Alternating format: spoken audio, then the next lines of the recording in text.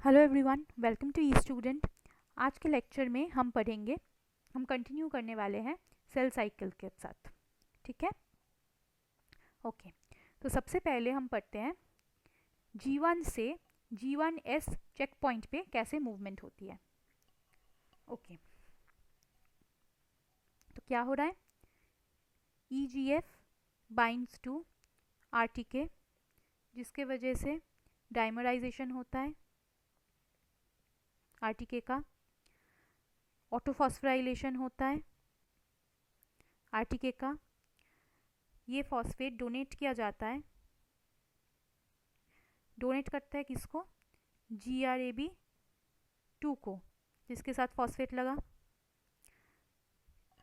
फिर ये फॉस्फेट फिर से ट्रांसफ़र किया जाता है SOS को। SOS जो होता है वो एक गुआनाइल एक्सचेंज फैक्टर है, जो कि क्या करता है, रैस के साथ GDP बाउंड था और SOS के हेल्प से रैस के साथ GTP बाउंड हो जाता है। ये रैस GTP जो है वो रैफ को फॉस्फोराइलेट करवाता है, रैफ जो है वो मेक को फॉस्फोराइलेट करवाता है। ठीक है, मेक ERK को एक्टिवेट करवाता है, फॉस्फोराइलेट करवाता है, और ERK का NLS निकल आता है। इसके हेल्प से क्या होता है, सपोज कि ये न्यूक्लियस है, न्यूक्लियर बाउंड्री है। न्यूक्लियर मेम्ब्रेन में हमें पता है कि न्यूक्लियर पोर्स है, ये ERK जो है वो ये न्यूक्लियर पोर के थ्रू से जाएगा न्यूक्लियस के अंदर और ELK को फॉस्फोराइलेट करवाएगा। ये ELK क्या करवाएगा, ये ELK जो है वो फॉस जून मिक का स्पेसिफिक ट्रांसक्रिप्शन फैक्टर है, तो इनका ट्रांसक्रिप्शन करके ये mRNA बनाएगा। ठीक है, ये mRNA जो है ये बाहर जाएगा, मैं यहाँ पे थोड़ा सा छोटा कर देती हूँ ये।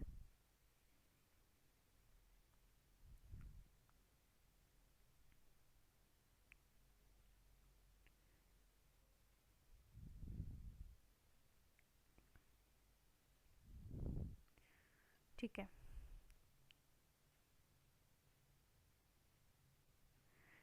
ये जो है ये न्यूक्लियर पोर से बाहर जाएगा, जाके ट्रांसलेशन होगा और फॉस जून मिक प्रोटीन्स बनाएगा, जो कि स्पेसिफिक ट्रांसक्रिप्शन फैक्टर्स है फॉर साइक्लिन डी। तो ये फिर से न्यूक्लियस में आएंगे और साइक्लिन डी mRNA बनाएंगे। ये साइक्लिन डी mRNA बाहर जाएगा, जाके साइक्लिन डी प्रोटीन बनेगा। अभी ये साइक्लिन डी प्रोटीन जो है ये CDK4/6 के साथ बाइंड करता है, करके सेल साइकिल को आगे लेके जाता है, मतलब G1 से लेके जाएगा G1S चेक पॉइंट पे। ठीक है, ओके। लेकिन हम लोग यहाँ पे देख रहे हैं साइक्लिन डी। अब ये जो साइक्लिन डी होता है ना, ये क्या करता है, कैसे काम करता है, CDK4/6 के साथ साइक्लिन डी बाइंड करता है और क्या करता है, ATP के हेल्प से RB जो प्रोटीन होती है, मैं यहाँ पे ऐसे करके दिखाती हूँ,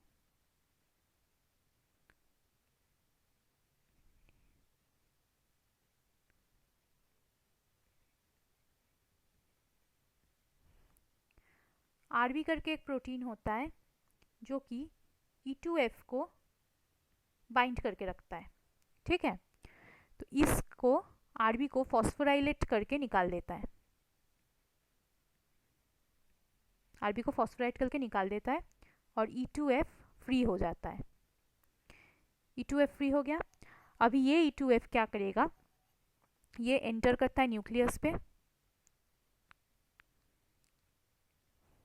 और ये E2F स्पेसिफिक ट्रांसक्रिप्शन फैक्टर है फॉर साइक्लिन E और साइक्लिन A।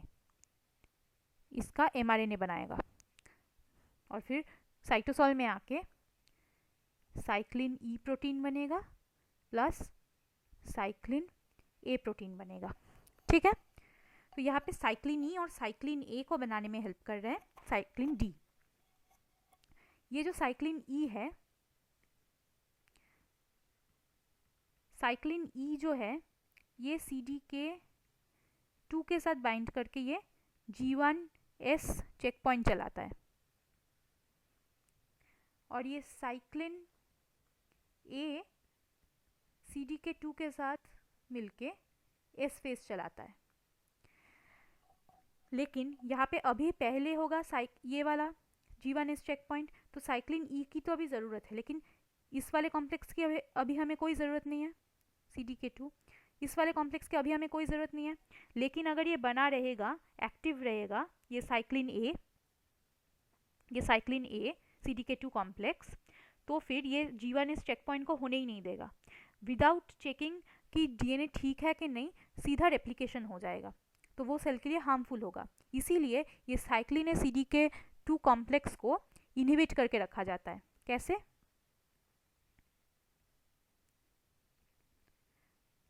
CDK2 को इनहिबिट करके रखा जाता है bye a protein named SIC1, जिसका फुल फॉर्म है एस फेज इंटरफेयरिंग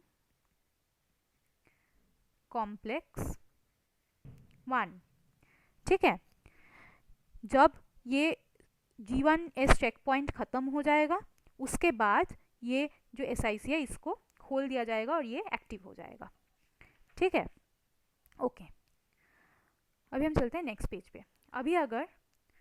अभी जब G1S चेक पॉइंट पे आएगा तो क्या होगा, DNA डैमेज चेक पॉइंट को ही G1S चेक पॉइंट बोलते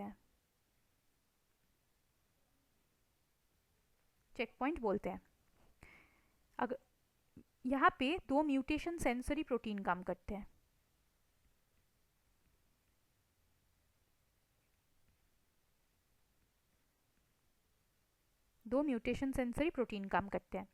एक का नाम है ATM, दूसरे का नाम है ATR।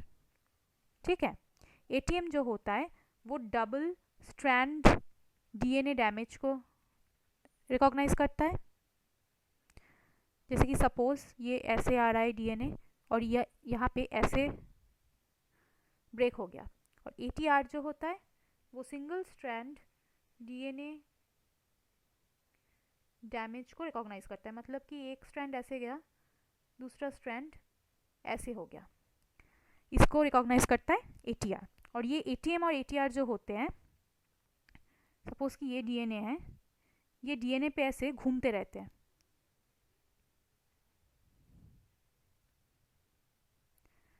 जैसे इनको कोई ब्रेकेज मिलेगा तो ये लोग इस चेक पॉइंट पे इसको रोक लेंगे। ठीक है, सपोज इफ ब्रोकन। अगर पहले हम देखते हैं ATM कैसे काम करता है, मतलब डबल स्ट्रैंड ब्रेक हुआ तो कैसे काम करेगा। ATM ने रिकॉग्नाइज किया, ATM रिकॉग्नाइज करते ही क्या करेगा, CH2 को फॉस्फोराइलेट कर देगा। CH2 जैसे ही फॉस्फोराइलेट होता है वो दो काम करता है, एक एंटर न्यूक्लियस, मतलब ये रिकॉग्नाइज करती है CH2 एंटर न्यूक्लियस। यहाँ पे दो काम करता है ये। एक काम होता है CDC25A फॉस्फेटेस को ये इनएक्टिव कर देता है।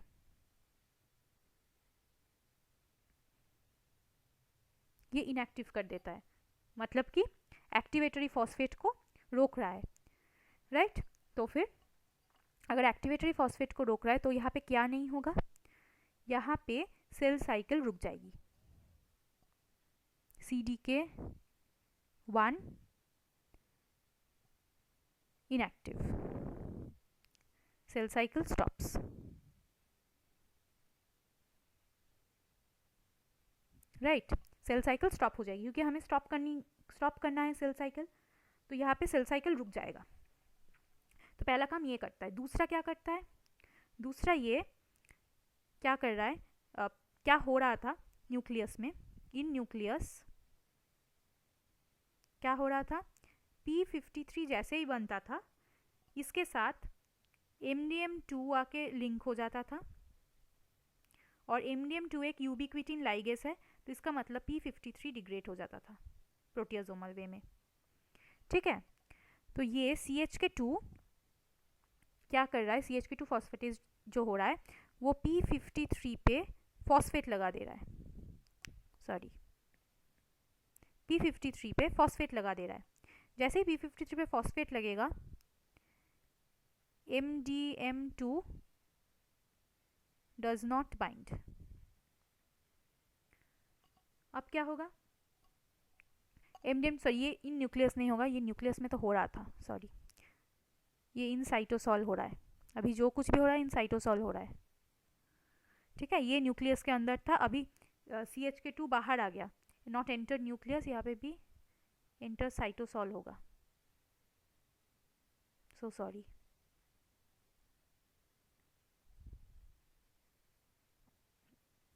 ठीक है, ओके, तो अभी MDM2 बाइंड नहीं कर रहा है।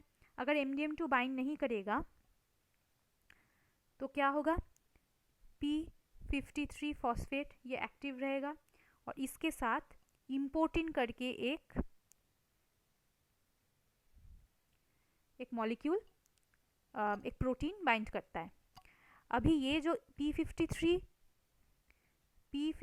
फॉस्फेट प्लस इम्पोर्टिन है, इम्पोर्टिन जो होता है, इम्पोर्टिन जब भी किसी मॉलिक्यूल के साथ लगता है वो उस मॉलिक्यूल को न्यूक्लियस के अंदर भेज देता है। ठीक है, तो ये चला जाएगा इन न्यूक्लियस,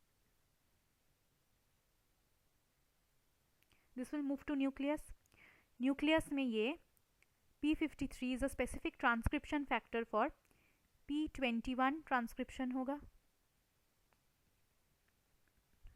ठीक है, फिर P21 mRNA enter cytosol, cytosol में आएगा, क्या लिख रही हूँ मैं, फिर क्या होगा, P21 प्रोटीन फॉर्म्ड। राइट, अभी ये P21 प्रोटीन क्या करता है, P21 प्रोटीन INK2 को एक्टिवेट करता है, जिसके वजह से जो क्या कर रहा है, CDK2 प्लस साइक्लिन E और CDK2 प्लस साइक्लिन A दोनों को ही इनहिबिट कर दे रहा है, मतलब कि G1S पे ये रुक जाएगा। ठीक है, अगर G1S पे ये रुक गया तो फिर से क्या बोलते हैं, रिपेयर करने के लिए टाइम मिल जाएगा, DNA रिपेयर के लिए टाइम मिल जाएगा, सेल साइकिल हॉल्टेड, अभी रिपेयर होगा। ठीक है, ओके, अभी हम P53 के बारे में थोड़ा पढ़ लेते हैं, roles of P53। First, arrests cell cycle, 2 starts repair pathway, sorry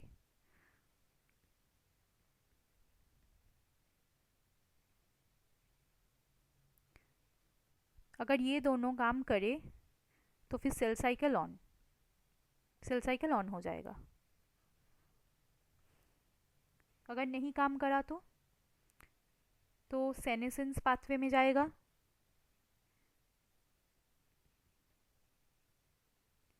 अगर ये भी काम नहीं करा, सेनेसेंस पाथवे भी काम नहीं करा, तो फिर अपोप्टोसिस पे चला जाएगा। ठीक है, P53 इसीलिए अगर म्यूटेटेड हुआ और अगर वो म्यूटेशन लॉस ऑफ फंक्शन हुआ लॉस ऑफ म्यूटेशन आपको पता होगा, लॉस ऑफ फंक्शन भी हो सकता है, गेन ऑफ फंक्शन भी हो सकता है। लॉस ऑफ फंक्शन मतलब वो काम नहीं कर रहा है, और गेन ऑफ फंक्शन मतलब ज़्यादा करके काम कर रहा है।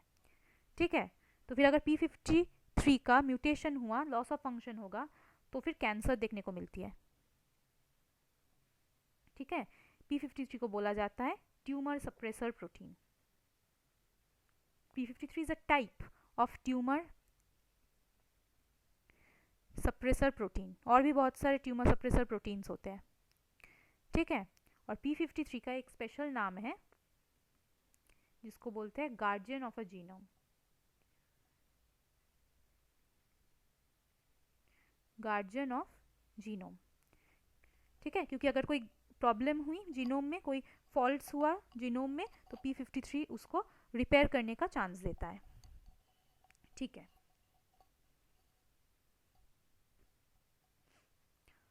और आरबी जो होता है, आरबी जो होता है, आरबी हमने पढ़ा अभी अभी, वो भी एक ट्यूमर सप्रेसर प्रोटीन है। E2F से बाइंड करता है और सेल साइकिल को रोक के रखता है। फर्स्ट डिस्कवर्ड इन रेटिनोब्लास्टोमा, इसीलिए इसका नाम भी रेटिनोब्लास्टोमा ही पड़ गया। म्यूटेशन हुआ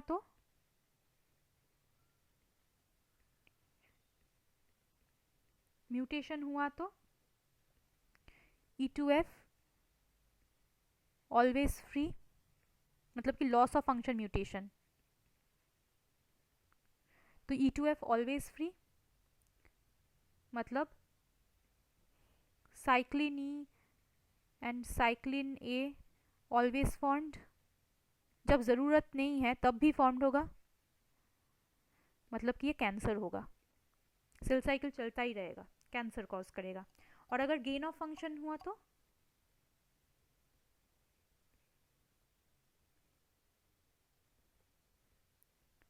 आरबी का, तो फिर एपोप्टोसिस होगा। ठीक है, p53 का भी अगर गेन ऑफ फंक्शन हुआ तो फिर एपोप्टोसिस हो जाएगा।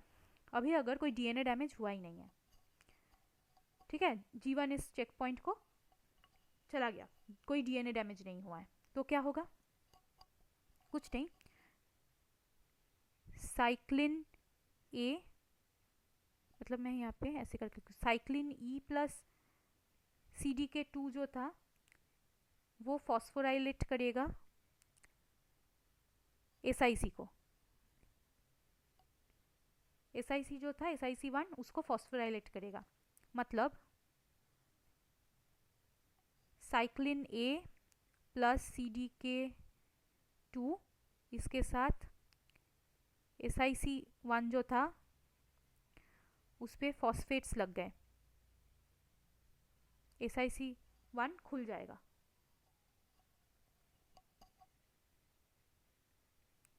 और क्या होगा?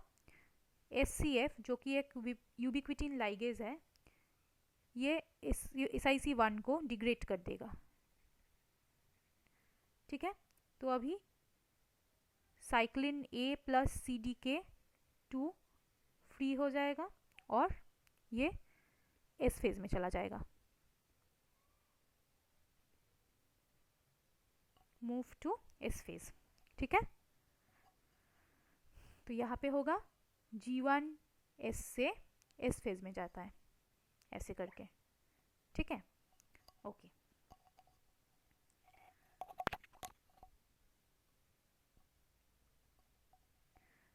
अभी S फेज में क्या होता है? S फेज में और कुछ नहीं, ARS पे, ऑटोनोमस रेप्लिकेटिंग सीक्वेंस पे ORC126 बाइंड करता है, फिर MCM227 बाइंड करेगा, और फिर CDK2 प्लस साइक्लिन A के कारण और DDK काइनेज के हेल्प से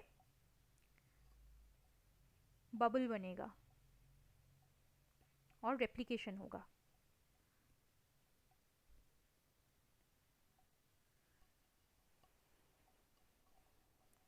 और इस फेज में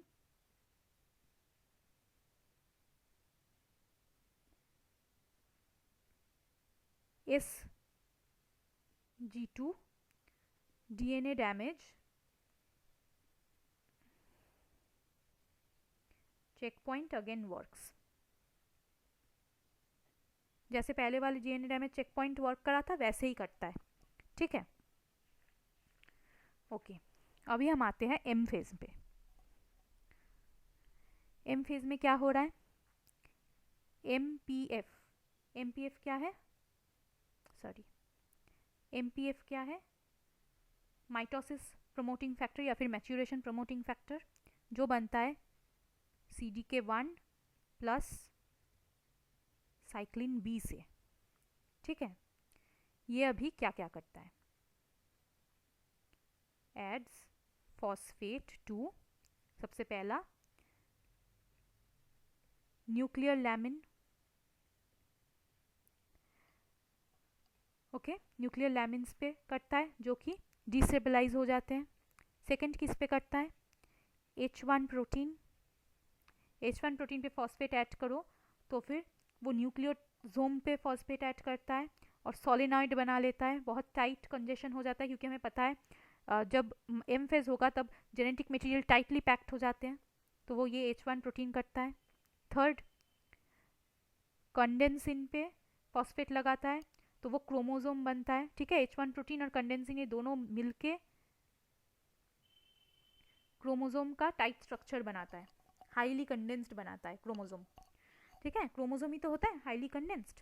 ये सोलेनॉइड तक, H1 प्रोटीन सोलेनॉइड तक और सोलेनॉइड के बाद क्रोमोसोम तक कंडेंसिन बनाता है, ठीक है। ओके, फोर्थ किस पे ऐड करता है?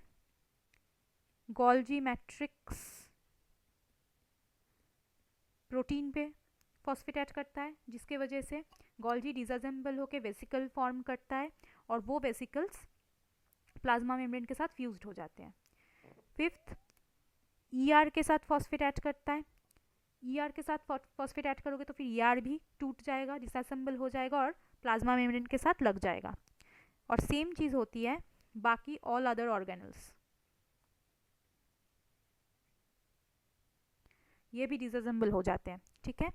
और सेवेंथ किसके ऊपर होता है? Gamma tubulin. गामा ट्यूब्यूलिन के साथ क्यों होता है फॉस्फेट एडिशन? ताकि माइक्रोट्यूब्यूल्स का न्यूक्लिएशन हो, माइक्रोट्यूब्यूल्स फॉर्म्ड हो, क्योंकि माइटोसिस के टाइम पे एनाफेज में माइक्रोट्यूब्यूल्स की ज़रूरत पड़ती है, ठीक है। ओके, तो ये हुआ M फेज। अभी आते हैं हम स्पिंडल असेंबली चेक पॉइंट पे, ठीक है। स्पिंडल असेंबली चेक पॉइंट पे क्या होता है? ये बहुत छोटा है, ये होता है एनाफेज में। स्पिंडल असेंबली ठीक से हुआ है कि नहीं, ठीक ठाक लगा है कि नहीं, वो चेक करा जाता है, ठीक है। ऑलराइट, तो कैसे हो रहा है? सपोज कि ये मेरे 2 क्रोमोसोम्स हैं, ठीक है, जो कि लिंक्ड है। अभी क्या होता है, ये एक स्पिंडल फाइबर है। अभी दूसरे पार्ट पे यहाँ पे 2 मॉलिक्यूल्स आके लगते हैं, एक होता है मैड, दूसरा होता है बब, ठीक है। तो अगर यहाँ पे ये क्रोमोसोम पे अगर ये क्या नहीं करने देता, ये मैड और बब जो है ये क्रोमोसोम को एक ही सेल में मूव करने नहीं देता, ठीक है। मतलब जब डिवाइड होगा ना 2 सेल में, दोनों ये मैड और बब एक ही सेल में दोनों क्रोमोसोम को जाने नहीं देगा, ठीक है। फिर क्या होता है? फिर ये मैड और बब के साथ, ये मैड और बब थे, मैड और बब के साथ एक और मॉलिक्यूल आके जुड़ता है, वो जो है CDC20। ये CDC20 क्या करता है? Remains bound until microtubules bind. मतलब जब तक माइक्रोट्यूब्यूल्स यहाँ पे भी बाइंड नहीं करेंगे तब तक ये CDC20 भी बाउंड रहेगा। जैसे ही माइक्रोट्यूब्यूल आके बाइंड करा बोथ साइड में, ये मैड, बब और CDC20 फ्री हो जाएंगे। ठीक है, ओके ओके। तो स्पिंडल असेंबली चेक पॉइंट हो गए। अभी हम आते हैं एक छोटे से एक्सपेरिमेंट के तरफ, जो है पल्स चेस एक्सपेरिमेंट। मैं ये छोटा करके एक्सप्लेन कर देती हूँ। इस पे सेल साइकिल का टाइम देखने के लिए ये एक्सपेरिमेंट किया गया था। ठीक है, तो क्या करते हैं इसमें, सबसे पहले रेडियो लेबल्ड न्यूक्लियोटाइड DTTP, जिस पे जो है ट्राइटियम हाइड्रोजन से जो लेबल्ड होगा वो है पल्स, और अनलेबल्ड न्यूक्लियोटाइड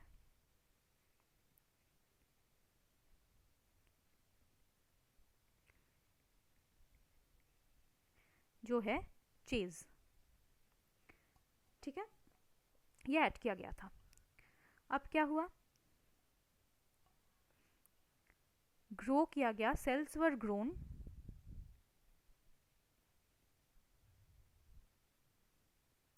इन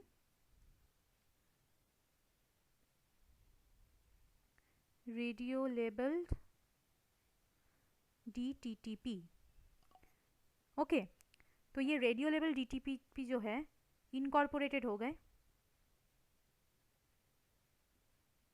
इन एस फेज, क्योंकि एस फेज में रेप्लिकेशन हुआ तो ये रेडियो लेबल्ड वाले ही आ गए। ठीक है, अभी क्या हुआ, अभी देखिए, एक ये जो सेल्स जो हमने लिए थे वो सेल्स अनसिंक्रोनाइज्ड थे, मतलब इसमें कुछ सेल्स G1 में थे, कुछ सेल्स S में थे, कुछ सेल्स G2 में थे और कुछ सेल्स M में थे। लेकिन ये वाले रेडियो लेवल DTP ये सिर्फ उन्हीं में इनकॉर्पोरेटेड होंगे जो कि एस फेज में है, क्योंकि बाकी कहीं पे न्यूक्लियोटाइड्स इनकॉर्पोरेशन होता ही नहीं है, सिर्फ एस फेज में रेप्लिकेशन होता है, वहीं पे न्यूक्लियोटाइड इनकॉर्पोरेशन होता है। ठीक है, तो एस फेज में इनकॉर्पोरेटेड हुए। अभी क्या होगा, अभी हम इसके बाद कुछ सेल्स को लेके नॉर्मल मीडियम में रखेंगे,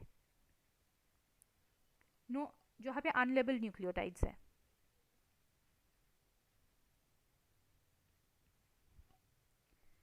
और हम 0 मिनट से लेके चेक करना शुरू करेंगे रेडियो एक्टिविटी, जिससे हमें टाइम पता चलेगा। 0 मिनट पे नो रेडियो एक्टिविटी, 5 मिनट्स पे नो रेडियो एक्टिविटी, मतलब हम लोग सिर्फ एस फेज वाले सेल्स को ही देख रहे हैं जिसमें हमें रेडियो एक्टिविटी मिली थी, बस उन्हीं सेल्स को हम चेक करेंगे। 0 मिनट पे कोई रेडियो एक्टिविटी नहीं दिखी, 5 मिनट्स पे भी नहीं दिखी, 10 मिनट्स पे भी नहीं दिखी। ऐसे करते करते हमने 180 मिनट्स देखा, तब भी नहीं दिखी। ऐसे करते करते 240 मिनट्स पे चेक किया हमने, तब जाके हमें रेडियो एक्टिविटी देखने को मिली।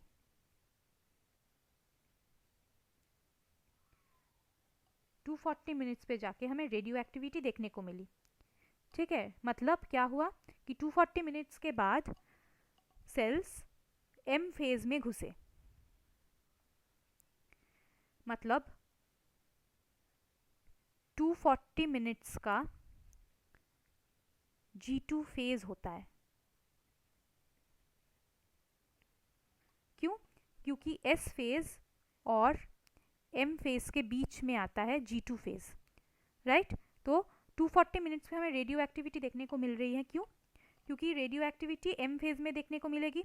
एक तो क्या बोलते हैं, नॉर्मल जो हम जब नॉर्मल मीडियम पे रख रहे थे तब तो क्या हो रहा था कि कोई रेडियो एक्टिविटी हमें इसलिए नहीं देखने को मिल रही थी क्योंकि G2 फेज में तो कोई ऐसा कुछ काम होता नहीं है। G2 फेज में तो सिर्फ नॉर्मल क्रोमोसोम्स जैसे थे वैसे ही रखे जाते हैं और वहाँ पे सिर्फ प्रिपरेशन चलती है। क्रोमोसोम्स जो डिवाइड होते हैं, जो कि हमें देखने को मिलती है, वो हमें सिर्फ M फेज में ही देखने को मिलती है। हमें S फेज वगैरह में क्रोमोसोम्स देखने को नहीं मिलती है, राइट। रेप्लिकेशन वगैरह तो हमें देखने को नहीं मिलती है। रेप्लिकेशन में ज़रूर रेडियो एक्टिव जो न्यूक्लियोटाइड्स थे वो इनकॉर्पोरेटेड हुए होंगे, लेकिन हमें तो वो देखने को नहीं मिली। हमें देखने को मिलती है कब? क्रोमोसोम्स एम फेज में। तो इसीलिए एम फेज में हमें रेडियो एक्टिविटी देखने को मिली, जबकि हमने 0 मिनट से कैलकुलेट करा था। तो उसका मतलब क्या हुआ कि 240 मिनट्स लगे एम फेज में आने के लिए। तो मतलब 240 मिनट्स था G2 फेज का। ठीक है, ये हमें कभी कभी एक ग्राफ से भी समझते हैं। ये ग्राफ बहुत इजी है।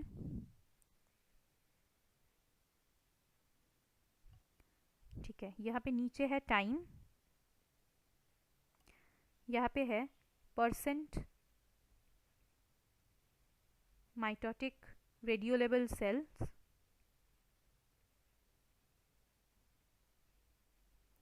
ठीक है। यहाँ पे है 25%, 50%, 100%। और यहाँ पे हम टाइम देखते हैं,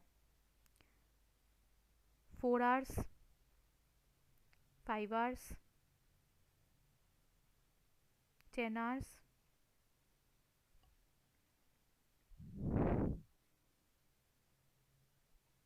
10 आवर्स,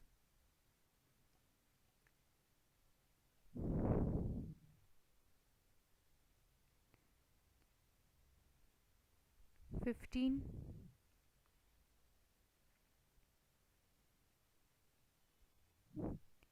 25,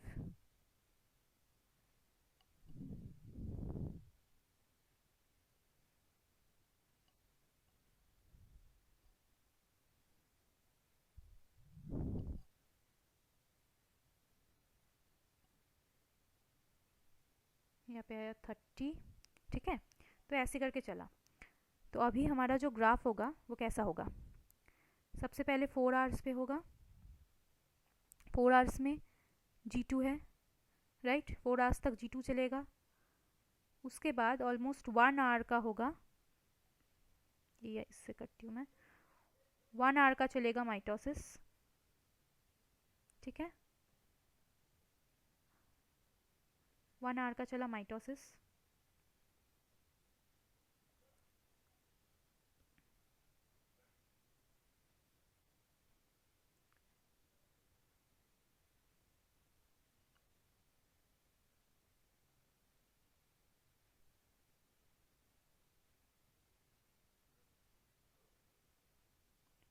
ऑलमोस्ट 15 to 20 पे आएगा ये, और फिर इंक्रीज होगा। ठीक है, ये होगा 20, सॉरी,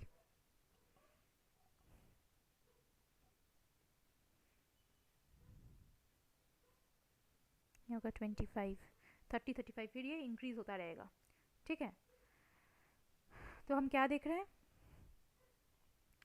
यहाँ पे आया माइटोसिस,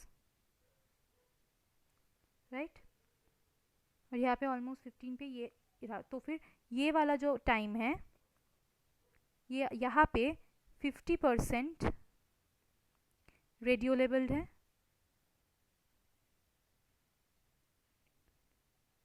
राइट, जो कि ये यहाँ पे, सॉरी यहाँ पे मैं क्या कर रही हूँ, ये यहाँ पे ऑलमोस्ट 50% रेडियो लेबल्ड है।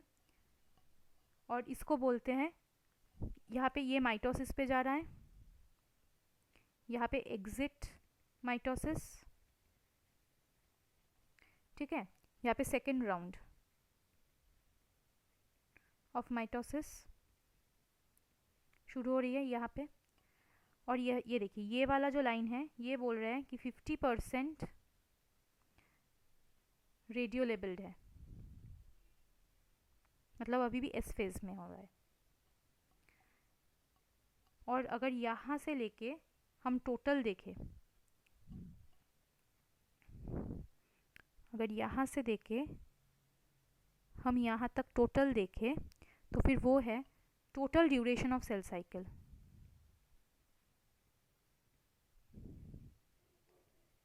ऑब्वियसली ये टाइम चेंज होगा फ्रॉम ऑर्गेनिज्म टू ऑर्गेनिज्म। ठीक है, और ये जब हम ह्यूमन के केस में देखते हैं तब G2 होता है 4 आवर्स का, S होता है 9 आवर्स का ऑलमोस्ट, ऑलमोस्ट।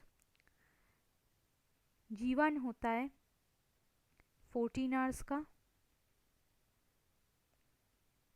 ठीक है, और M होता है 1 आवर का। ऑलराइट, तो टोटल होता है 24 आवर्स का। ऑलराइट, ठीक है, तो फिर इसी के साथ हम आ जाते हैं एंड पे सेल साइकिल के। होप कि आप लोगों को ये वीडियो अच्छा लगा होगा। Thank you.